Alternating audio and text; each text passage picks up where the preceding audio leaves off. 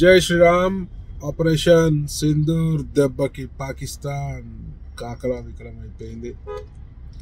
మనకి ఏం చేయాలనో అర్థం కాని పరిస్థితి.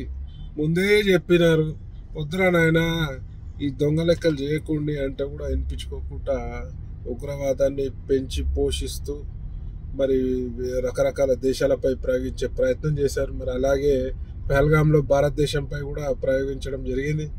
మరి వద్దురా నాయన ఇట్లా చేయకుండా అంటే కూడా ఈయన కూడా చేసిరు. మరి ఇంటికి వచ్చి కొడతాం బిడ్డ అని చెప్పినాం.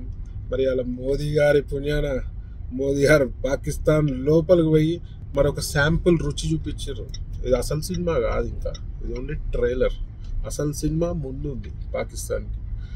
ఆల్రెడీ అన్ని రకాలుగా ఇబ్బంది పడుతున్న పాకిస్తాన్ని మరి ఒక తొక్కుడు తొక్కినారు. మరి రాత్రి ఒక చిన్న శాంపులే, అది 9 చోట్లనే అటాక్ అయింది. మరి ఇప్పటికైనా బుద్ధి తెచ్చుకోకపోతే మరి పాకిస్తాన్ ముందు ఇది వరల్డ్ మ్యాప్లో అసలు పాకిస్తాన్ ఉందా అనేది కూడా జనాలు మర్చిపోయే పరిస్థితి.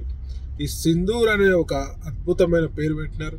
మరి మొన్న చనిపోయిన ఈ ఉగ్రదాడిలో చనిపోయిన అందరికి కూడా స్మరిస్తూ మరి వారికి శాంతి చేకూరాలని మనస్ఫూర్తిగా కోరుకుంటూ భారతదేశ ఆర్మీకి సెల్యూట్ చేస్తూ మరి ఇంకా మున్ముందు ఇట్లాంటి పిరికి పంద చర్యలు ఏ దేశమైనా చేస్తే మాత్రం ఇంకా గట్టి దెబ్బ ఉంటుంది.